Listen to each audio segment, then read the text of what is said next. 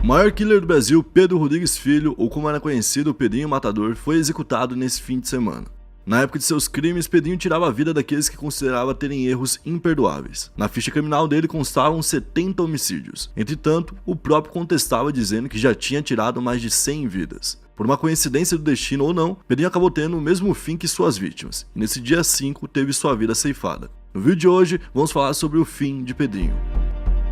E aí pessoal, beleza? Meu nome é Bruno Fabio, esse daqui é o Planeta Novo e se você ainda não é inscrito no canal, vai se inscrever agora e deixar o seu like para ajudar a gente. No vídeo de hoje a gente tem um vídeo de notícias sobre a execução do Pedrinho Matador, que é um vídeo que muita gente estava procurando a gente para ter algum tipo de informação, talvez esperando que a gente tivesse alguma informação além daquelas que estavam sendo divulgadas pela imprensa de uma forma geral, mas a gente teve um contato com o Pedrinho no passado através do programa Cometa Podcast, que foi um programa que foi gravado lá no Estúdios Flows, na época que a gente fazia podcast, eu, o Mascarenhas, e essa ideia até, eu acho que é válido a gente falar como que a gente teve esse contato com o Pedrinho, né? Essa ideia, ela surge de um outro projeto. A gente tinha um projeto de entrevistar pessoas aqui pro Planeta Novo, colocar pessoas que fizeram parte do Brasil Bizarro. O Brasil Bizarro é um quadro nosso que conta histórias do Brasil, de pessoas que tiveram histórias muito bizarras, como a do Pedrinho, ou então de momentos bizarros da nossa história, coisas do tipo. Tanto é que a nossa lista da época de primeiros convidados incluía Pedrinho Matador, Bruna Surfistinha, a gente tentou, na época ela tava grávida, se eu não me engano, e por isso ela não foi, ela até iria depois, né? O Menino do Acre,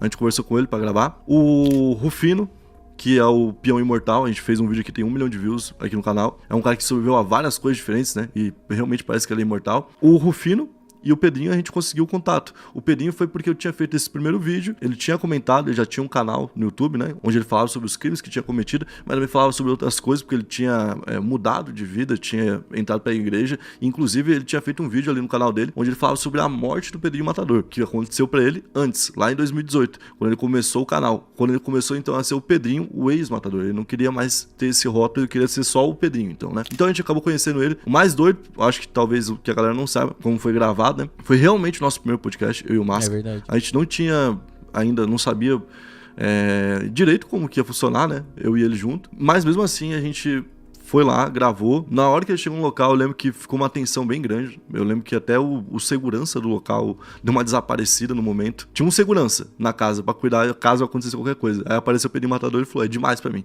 A galera não acreditou, né, que ele ia... A galera não acreditava, ele era quase como se fosse uma lenda, né? Ah, já ouvi esse nome, mas não sei a história direito. Ah, não, ele já matou 100 pessoas. Caraca, então, que doideira, né? Então, a nossa ideia ali era documentar uma história que aconteceu no Brasil e o mais absurdo é que você tinha ele ainda vivo, né? Quando você tem um caso desse, normalmente você fala, tá, e como que foi o fim dele? O fim dele tinha sido cumprir a pena máxima do Brasil é de 30 anos, certo? Então, naquela época era, hoje tá em 40 anos, mas ele foi condenado a 120 anos, cumpriu 30 anos. Quando chegou nos 30 anos, os caras olharam e falaram assim, não dá pra soltar ele ainda, porque ele dava entrevista pra todo mundo, dava entrevista na Globo, na Record, em qualquer lugar, que falou com o Marcelo Rezende, falou com o Fantástico, e na época ele falava, eu mato mesmo, não tenho pena, se a pessoa vem na minha direção, se ela faz algo contra mim, se ela me provoca, eu tiro a vida e eu não tenho remorso. Inclusive tinha uma tatuagem nessa época que dizia, mato por prazer, né? Tudo isso porque desde pequeno ele foi criado, inclusive ele contou isso pra gente lá no podcast, ele foi criado de uma forma onde a morte foi ensinada pra ele que ela era errada,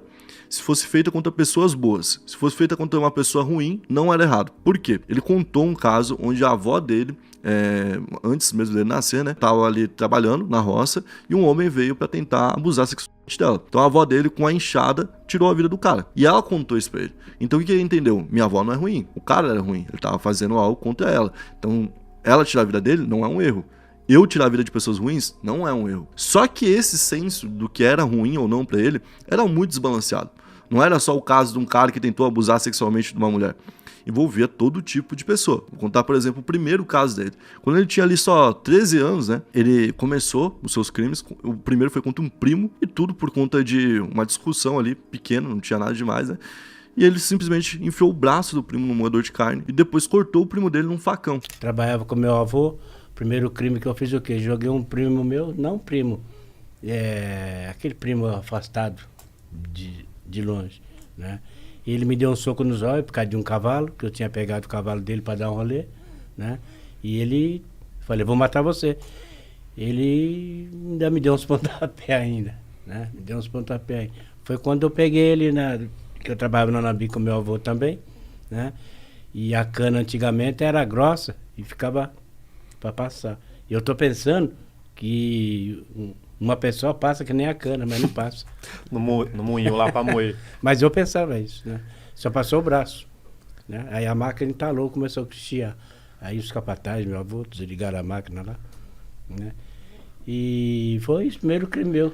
De Minas Gerais foi isso aí. Quem ajudou ele naquela época a não ter uma punição mais severa nem nada do tipo foi o avô dele. Nessa época era muito difícil, era tudo mais complicado, né? Ele já era menor de idade, o que ia impedir que ele fosse preso. Mas ele podia ir para algum tipo de local de reeducação e tudo mais. E o avô dele, como era um local de interior, conseguiu ali conversar com as autoridades e liberar ele. Então no mesmo dia que ele fez isso, ele já voltou para casa. Aí você para pensar, na cabeça dele não estava errado aqui. Ele achava que estava certo. Quando ele falou dessa história pra gente, ele não contou como se ele tivesse errado. Ele não falou, pô, aqui, olha só, perdi o controle. Não, ele achava assim, ó, se eu fiz algo contra alguém que tá errado, eu não tô errado. Era meio que uma forma de respeito, né? Só que não importa o nível do erro, entendeu? Depois, o pai dele foi demitido da escola que trabalhava porque foi acusado de ter roubado coisas, né, dentro do local. O pai dele não tinha roubado nada. O que ele fez? Ele matou o prefeito da cidade, isso ainda enquanto era menor de idade. E ele também matou o cara que teria roubado, que trabalhava no mesmo local que ele, né? Que fazia o outro turno. E quem teria realmente feito o crime. Então, tirou mais 2 vidas aí. Depois disso, ele não parou, cara. Tem uma história dele que ele teria uma prima, né? E essa prima teria se envolvido com um rapaz naquela época. E o rapaz teria engravidado ela, se eu não me engano. E aí, teria seguido a vida. Ele teria abandonado ela. Maluco aí, um elemento aí, engravidou a minha prima, entendeu? Hoje ela já tá velhinha já. E queimou o chão, deixou ela pançuda e queimou o chão, lá pro Rio de Janeiro, né? E eu, ali com a família dele, trocando ideia com a família dele, né? Uma da família dele falou, foi lá pro Rio de Janeiro. Falei, tem certeza? Tem. Peguei o endereço e fui na bota dele, lá no Rio de Janeiro. A avenida chama Parque Dom Pedro ainda, onde ele estava. No Rio de Janeiro tem uma quebrada que chama Parque Dom Pedro, na Avenida São Francisco. Aí peguei ele dentro de um sítio, na rede, deitado. Teve nem conversa. Nada. Ele me deu bala em mim ainda também. Sério? Meteu, tava armado, meteu bala em mim ainda. Na 44, antigamente. Mas você foi na missão só de pegar ele, pra vingar sua prima. Era muito questão de orgulho também, né? Porque a gente, quando vai vai guerrear com o inimigo, você não pode ir com 2 pensamentos. Será que eu vou? Sim. Eu vou? Não vai não, nem vai mais. Aí tem gente que vai olhar e vai falar assim, pô, o rapaz foi um baita de um cuzão com a menina e tal, e talvez merecesse, não sei o quê. O que também, pela nossa lei, não é assim que funciona. Então, não tá certo, já desde o início. Mas talvez tenha gente que faça esse julgamento ético. Só que, além desse cara, ele também tirou a vida de mais 7 pessoas. Então, tipo, o que essas outras 7 pessoas fizeram pra merecer? Qual foi o erro delas? Foi estar ao lado do cara? Foi estar junto? Então, o Pedrinho, enquanto esteve solto, ele praticou todo tipo de crime. Ele tirava a vida de algumas pessoas que eram consideradas muito ruins, e quando você tinha notícia, você não ficava com raiva dele. Você falava, pô, o cara fez o que tinha que ser feito. Igual o cara que tirou a vida do Jeffrey Dahmer. Pô, o cara fez o que tinha que ser feito. O que mais ele fez, além disso, entendeu? E no caso do Pedrinho, ele foi ensinado desde pequeno que uma coisa que você não podia fazer é roubar alguém, tomar de alguém algo que lhe pertencia, né? Que tinha valor ou não. Aí eu falei pra ele, pô, mas tu acha que tirar algo de valor de alguém é algo muito grave, né? Ele falou, é. Aí eu falei, mas tirar a vida de alguém não é o maior roubo que você pode fazer? E eu lembro que na época ele não me respondeu. Eu falei isso pra ele e ele deu uma desentendida e ele escapou disso. Mas eu queria saber por que ele tinha essa contradição. Ele tinha feito muita coisa ruim. E eu acho que pra tentar justificar aquilo, já que ele começou uma nova vida quando saiu da cadeia e passou a ter uma vida religiosa, né? Eu acho que ele, pra poder explicar o que ele tinha feito, ele culpava algumas vezes o demônio. No nosso podcast ele falou que chegava a pedir força pro demônio pra poder lutar dentro da cadeia. Dentro da cadeia, oficialmente ele cometeu 48 crimes de execução. A gente tá falando de 48 pessoas que ele tirou a vida. Isso num local que tem facções, certo? Se, por exemplo, ele atuar no erro dentro da cadeia e tirar a vida de alguém de uma forma errada, na covardia ou algo do tipo assim, ele vai ser cobrado por uma facção. Então ele passou no total 42 anos na cadeia, isso por conta dos crimes que ele foi cometendo enquanto estava lá dentro também, né? Conseguiu extrapolar os 30 anos, e no fim você vê que ele conseguiu ter uma convivência com todo mundo. Então, de alguma forma, ele também serviu pra mim, na minha visão, como um faxineiro da cadeia. Eu acho que ele tirou muita vida de pessoas que ele considerava pessoas que não tinham mais valor, que não davam valor pra sua vida, pessoas que, por exemplo, eram viciados ou algo do tipo assim. Ele tirava a vida dessas pessoas, o que era um favor pra cadeia, já que a cadeia muitas vezes não gostava desses caras. Então, por isso, ele teve essa cobertura pra fazer isso por tanto tempo. Além disso tudo, a história da família dele não é uma história simples. O pai dele, por exemplo, tirou a vida da mãe dele. O pai dele foi preso no mesmo lugar onde ele já estava preso, porque o Pedrinho foi preso quando fez 18 anos. Isso porque ele já tinha muito crime. Então, é só escolher o que queria, né? O motivo pra prender ele. O pai dele também batia na mãe dele enquanto ele tava na barriga da mãe dele, né? Batia. Ele ficou deformado. Ele tinha uma espécie de buraco aqui na cabeça por conta, né? Desses ferimentos que o pai fazia quando ela tava grávida e tudo mais. E o pai dele chegou a cair na mesma cadeia que ele. Ele queria vingar a mãe. Ele tinha dado 20 facadas na mãe dele. Então, ele queria agora dar 21 facadas no pai. Então, ele foi lá, deu as facadas do pai, deu uma facada a mais igual ele queria, arrancou o coração como ele queria, cortou um pedaço e colocou na boca, mastigou, né? E eu acho muito doido, porque ele tinha uma questão de diferenciar. Ele falava, eu não comi, eu mastiguei e eu cuspi. Então, tipo assim, não era nem o nojo de estar fazendo isso, né? Porque a situação em si, dele já tá matando o pai dele e tudo mais, isso aí qualquer pessoa comum não conseguiria fazer. Já começa aí. Então ignora isso aí porque não vai ter como, não é uma pessoa comum. Não era nem o nojo de estar mastigando aquilo ali. Era tipo assim, o nojo de eu engolir ele. Eu não vou engolir. É meio que... Ele fazia questão de falar, eu não engoli ele. Meio eu cuspi ele. Isso, meio que desrespeitando, tipo... Desrespeitando de novo, tá eu cuspi ele, entendeu? E agora, então, nesse final de semana, de acordo com o depoimento de uma familiar do Pedrinho feito à polícia, né? Por volta das 8h30 da manhã desse domingo, ela viu um carro preto passando na frente da rua onde ela morava.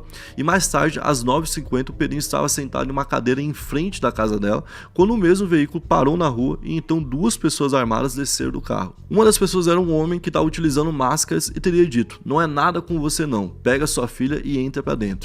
Então, teria falado isso pra ela e pras pessoas que estavam ao redor ali, né? Não é nada com vocês, é com o Pedrinho. Na sequência, os 2 homens, então, atiraram contra o Pedrinho.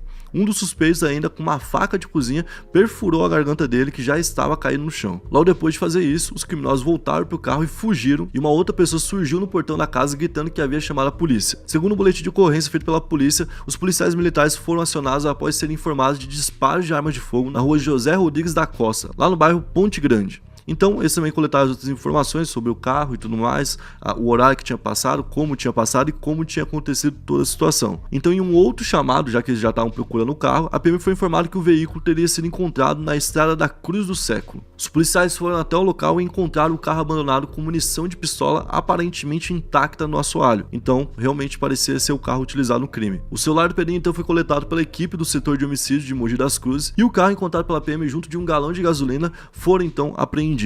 O tio do Pedrinho, que se chama José de Andrade, estava no local no momento e ele falou que só ouviu os tiros porque ele estava dentro de casa tomando um café. Ele falou que o Pedrinho ia muito naquele local, porque era o local onde os sobrinhos deles sempre iam, né? E ele estava na casa dessa sobrinha. Inclusive, a ideia era que ele ficasse lá para um almoço e ia ser feita uma reunião, uma espécie de reunião no domingo, né? De toda a família por conta da visita do Pedrinho. E antes do almoço acabou acontecendo isso então. O caso foi registrado como homicídio qualificado e até o momento ninguém foi preso. No último registro feito pelo próprio Pedrinho, que foi publicado no sábado, ele aparece jogando sinuca em um bar com a localização de Mogi das Cruzes. Vai lembrar que o Pedrinho já tinha 68 anos quando isso aconteceu. Esse foi o vídeo de hoje, eu espero que vocês tenham gostado da forma como a gente abordou o tema. Se você curtiu, você vai deixar o seu like, se inscrever no canal e ativar as notificações para poder receber todos os nossos vídeos aí na sua mão, beleza? Tamo junto, valeu, é nóis.